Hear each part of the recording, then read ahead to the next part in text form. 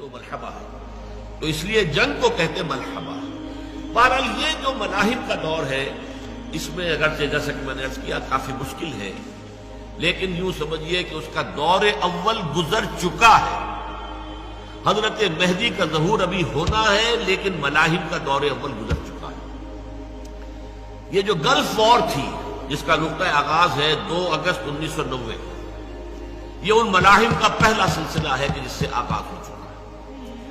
چنانچہ آپ کو شاید یاد ہو کہ اس وقت صدام حسین نے کہا تھا، یہ جو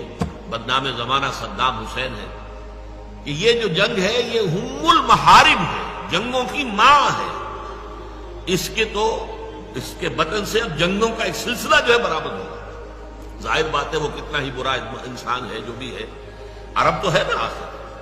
لہٰذا ان چیزوں پر اس کی نگاہ ہے۔ بلکہ میں نے اس زمانے میں بتایا بھی تھا، میں امریکہ میں تھا ان دنوں، جبکہ غالباً جان رادر جو ہے ایک بہت بڑا جو انٹرویو لینے والا ہے امریکن ٹیلی ویژن کا،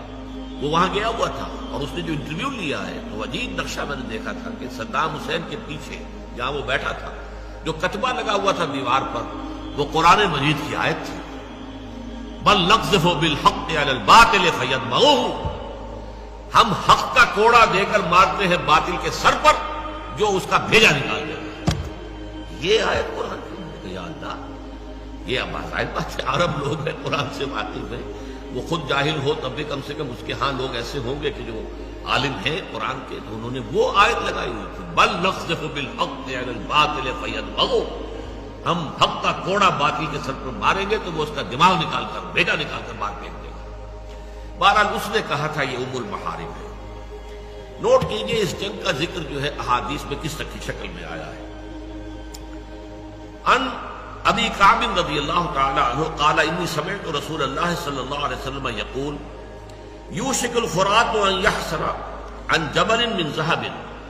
فاذا سمع به الناس ساروا الیہ فیقول من عنده لو ترکنا الناس یاخذون منه لیذهبن به كله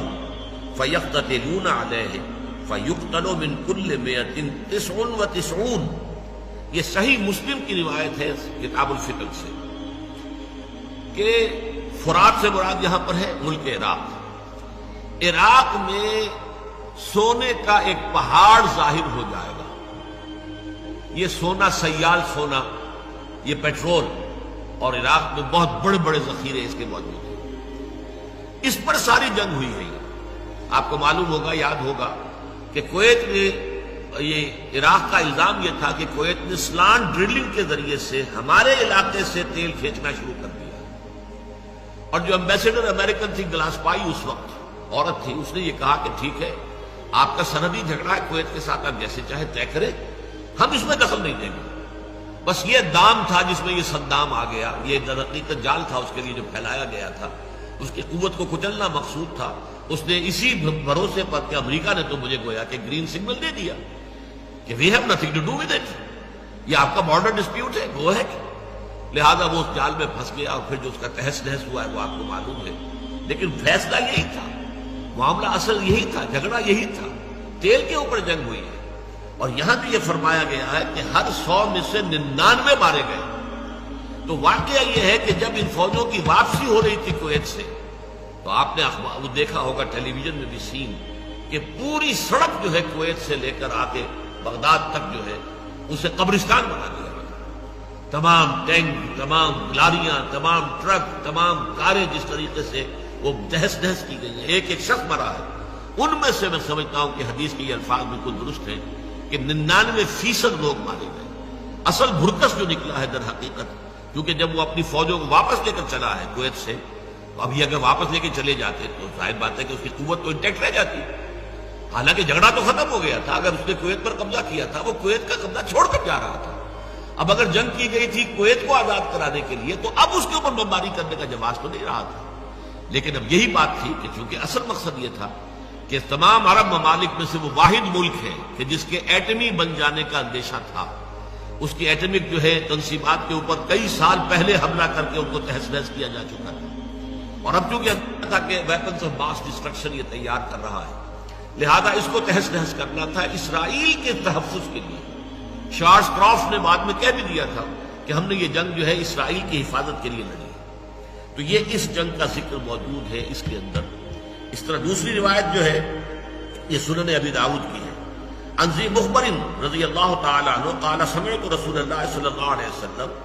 ستصالحون الروم صلحا آمنا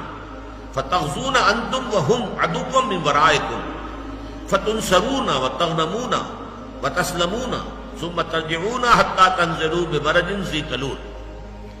حضور نے فرمایا صلی اللہ علیہ وسلم، ذو مخبر کہہ رہے ہیں کہ میں نے سنا حضور کو کہتے ہوئے کہ اب یہاں تم سے مراد کیا ہے؟ تم صلح کرو گے روم کے ساتھ، جو ایک پرامن صلح ہوگی۔ ایک صلح ہوتی ہے جنگ کے بعد، ایک پیکس ہوتے ہیں آپس میں، معاہدے ہو جاتے ہیں ڈیفنس کے، صلحً آمنا۔ تو تم معاملہ کرو گے رومیوں کے ساتھ، گویا کہ عربوں سے کہا جا رہا ہے۔ یہ آج کا سعودی عرب اور جو اس کا اتحاد ہے امریکہ کے ساتھ، کہ اس کے گویا کہ جھولی میں بیٹھا ہوا ہے، اس کی جیب کے اندر رکھا ہوا ہے، اس کی طرف اشارہ ہے۔ اور تم مل کر دشمن کے ساتھ، تم بھی اور روم بھی، تم مل کر اپنے پیچھے کے ایک دشمن کے ساتھ مقابلہ کرو۔ اب آپ نوٹ کیجئے، مسجد نبوی میں حضور جب خطبہ دیتے تھے تو صحابہ سامنے بیٹھے ہوتے تھے، ان کا رخ جنوب کی طرف ہوتا تھا، ایک قبلہ جنوب میں ہے، ان کے پیچھے شمال ہے اور عرب کے شمال میں عراق ہے۔ تو ایک دشمن کا تم جو ہے تمہارے ساتھ جنگ ہوگی۔ آپ کو معلوم ہے تقریباً تمام عرب ممالک بھی شامل تھے،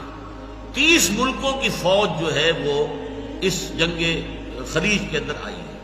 تقریباً 3 لاکھ افراد آئے۔ وہ ہوائی جہاز اور میزائل اور یہ اور وہ کس طرح کے بامبرز آئے ہیں، او ہو اس کا جو جن کی شکلیں پہلی مرتبہ لوگوں نے دیکھی تھی ٹیلی ویژن کے اوپر، جن کا ابھی کسی کو پتہ ہی نہیں تھا۔ پیٹریوٹ میزائل جو دے دیے گئے تھے اسرائیل کو، اس کا پہلے اس سے ذکر ہی کسی کو معلوم نہیں تھا کہ پیٹریوٹ نام کا کوئی میزائل بھی موجود ہے، جو کسی آنے والے میزائل کو خلا کے اندر ہی ختم کر دیتا ہے، فضا کے اندر۔ اب تو خیر خلا کی بات ہو رہی ہے کہ انٹر بیلسٹک میزائلز جو ہیں، انٹر کانٹیننٹل جو ہوں گے، ان کو بھی ختم کرنے کے لیے جو ہے ڈیفنس شیلڈ بنایا جا رہا ہے۔ لیکن اس وقت یہ تھا کہ کم سے کم فضا کے اندر جو بھی آ رہے ہیں ان کو تو ختم کیا جا سکتا، یہ سارے معاملات۔ تو فرمایا کہ اس کے بعد تم دونوں مل کر جنگ کرو گے، پھر تمہاری مدد کی جائے گی اور تمہیں فتح حاصل ہوگی اور تمہیں غنیمت بھی ملے گی اور تمہیں کوئی نقصان نہیں پہنچے گا، یہاں تک کہ تم واپس لوٹو گے اور پھر تمہارا پڑاؤ ہوگا ایک ایسے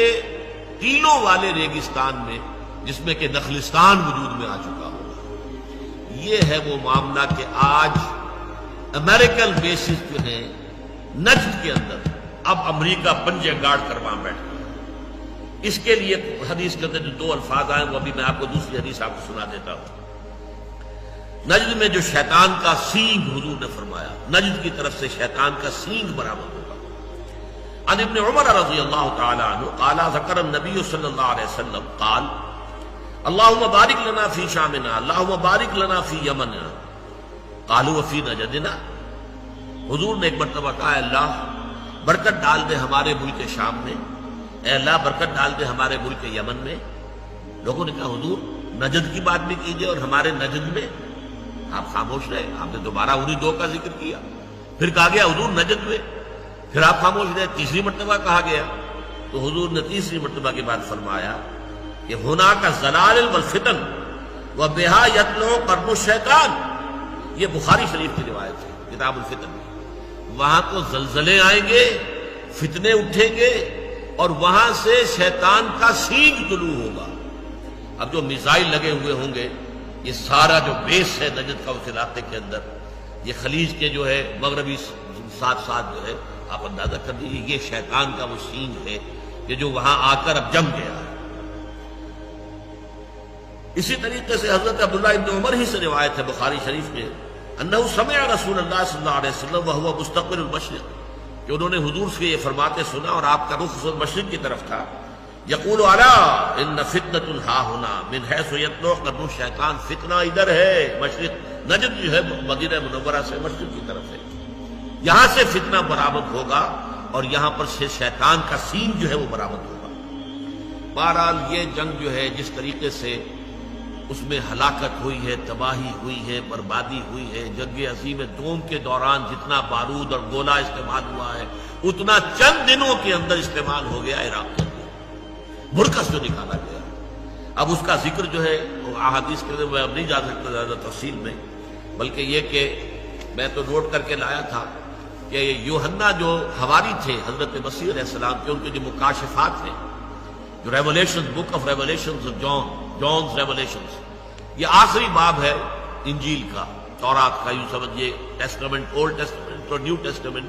تو نیو ٹیسٹمنٹ کا آخری باب یہ ہے، اس میں جو نقشہ کھینچا گیا ہے،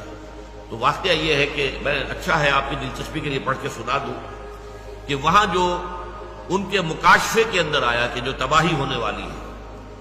اور مجھے اس رویا میں گھوڑے اور ان کے ایسے سوار نظر آئے جن کے بختر آگ اور سنبل اور گندھک کے سے تھے،